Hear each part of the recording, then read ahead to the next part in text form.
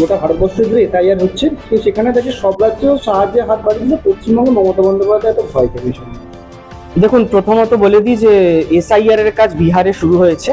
নির্বাচন কমিশন কিভাবে কোন রাজ্যে করবে সেটা নির্বাচন কমিশন ঘোষণা করবে। কিন্তু পশ্চিমবঙ্গে মমতা ব্যানার্জির বুকে এত ভয় কেন? মমতা ব্যানার্জি আর তৃণমূল কেন এত উদ্যত হয়ে লেগে আছে বাংলাদেশি আর রোহিঙ্গাদেরকে বাঁচানোর জন্য?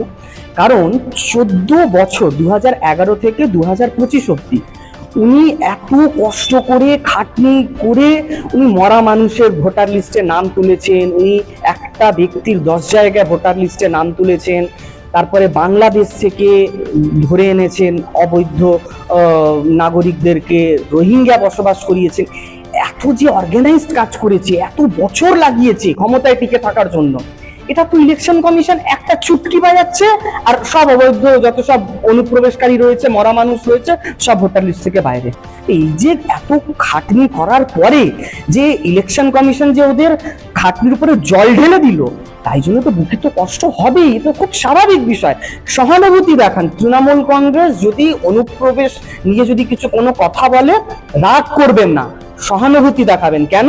কারণ ওদের এতদিনকার খাটনির যে করেছিল সেটার উপরে ইলেকশন কমিশন জল ঢেলে দিয়েছে। আরেকটা প্রশ্ন, হুমায়ুন কবির পরিষ্কার বলছে যদি মুর্শিদাবাদে হয় একদম বিজেপি নেতাকে ঘর থেকে বেরোতে দেবেন না, কড়া হুমকি হুমায়ুন কবির। ও এর আগেও বলেছিল 70 আর 30, তারপরে ওর কি হয়েছিল সেটা ও নিজেও জানে। ও বিধানসভাতে দাঁড়িয়েও বিরোধী দলনেতাকে অনেক কথা বলেছিল। দিন খুব সামনে আসছে যখন ওর বিচার মুর্শিদাবাদের জনগণই করে দেবে, প্রতীক্ষা করুন। আচ্ছা, আরেকটা প্রশ্ন, যেখানে দেখা যাচ্ছে যে মমতা বন্দ্যোপাধ্যায় অভিযোগ করছেন যে বাইরে যে রাজ্যগুলো সেখানে বাঙালিদের উপর অত্যাচার করা হচ্ছে। আমরা দিল্লির একটা ঘটনা দেখতে পারি। তারই প্রতিবাদে কিছুদিন আগে বীরভূমে অনুব্রত মণ্ডলকে নিয়ে পরে মিছিল করেন। সেখানে অনুব্রত মণ্ডল যে কিনা পুলিশের মা বোন এক করে দিয়েছিল। তৃণমূলের এটাই তো আদর্শ। শেখ শাহজাহান যে ধরে ধরে হিন্দুদের রেপ করে, তারাই হলো তৃণমূলের আদর্শ। অনুব্রত মণ্ডল যে পুলিশের মাকে বোনকে কোথায় কোথায় নিয়ে যাবে, কি কি করছিল সেটা তো চালানোও যাবে না, সেটা তাদের আদর্শ। মনোজিৎ মিশ্র হলো তৃণমূল কংগ্রেসের আদর্শ। তো যত ধর্ষক, তৃণমূল মানে কি? টেররিজম, মলেস্টেশন আর করাপশন। যারা দুর্নীতি করেছে, যারা জঙ্গি বসবাস করেছে, যারা জঙ্গি, যারা সক্রিয় জঙ্গি, আর যারা ধর্ষক, তারাই ধরো তৃণমূল দলের সাথে তাদের যুক্ত রয়েছে। তৃণমূল দলে কোনো সাধারণ ভালো মানুষ আছে?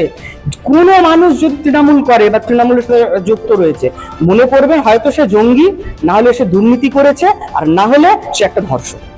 শেষ প্রশ্ন, যেটা দেখা যায় যে দিল্লিতে যে ঘটনাটি ঘটে গতকালই আমরা দেখতে পাই সেটা ভুল বা কোনো ভুল ভিডিওকে দেখে নেয়, তারপরেও আজকে মহিলাকে নিয়ে প্রেস কনফারেন্স করছেন, যেখানে দেখা যায় যে মহিলার কথার মধ্যে জড়তা রয়েছে। কি বলবে সেই বিষয়টা নিয়ে? এত কিছু প্রমাণ দেওয়ার দরকার হচ্ছে। দেখুন, মমতা ব্যানার্জি, বললাম তো, মমতা ব্যানার্জি বাংলা বাঙালির জন্য মমতার তো দুঃখ কষ্ট নেই।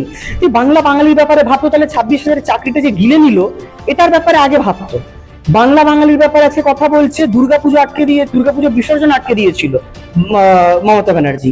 তারপরে রাজেশ তাপসকে খুন হতে হয়েছিল বাংলা ভাষার জন্য। আজকে মমতা ব্যানার্জি যে এত প্রকাশ করছে বাংলা বাঙালি, ক্যাঁচকলা ভাবে উনি, কোনো বাংলা বাঙালির দরদ নেই। এদের একটাই ভয় যে 14 বছর যে রোহিঙ্গা আর বাংলাদেশিদেরকে যে এখানে বসবাস করিয়েছে, এটা পুরোপুরি সাফাই হয়ে যাচ্ছে। তাই এখন দিল্লি, হরিয়ানা, গুরগাঁও, তারপরে মহারাষ্ট্র, সব জায়গা থেকে সব ধরে নিয়ে আসছে আর মিডিয়ার সামনে রেখে দিচ্ছে। আর কিছু মিডিয়ার লোকেরা এর মধ্যে জড়িত আছে, যারা জানে যে যদি তৃণমূল চলে যায় তাহলে তাদের যে দোকানদারি আছে, 14 বছর ধরে যে দোকানটা খুলে রেখেছে, সেই দোকানটাও বন্ধ হয়ে যাবে। তাই একটা মিলিত ষড়যন্ত্র, কিন্তু বাংলার মানুষ আর এবারে হাসবে না ওনার ষড়যন্ত্র। বাংলা দুর্নীতির পাকে 26-এ পদ্মফুল ফুটছে, একদম পদ্মফুল ফুটছে। আর পদ্মফুল ফুটছে বলেই ওনার বুকে এত কষ্ট, উনি এত আতঙ্কিত রয়েছেন। তাই জন্য ওনাকে এখন দিল্লি থেকে লোক ধরে নিয়ে আসতে হচ্ছে ভুয়ো খবর ছড়ানোর জন্য।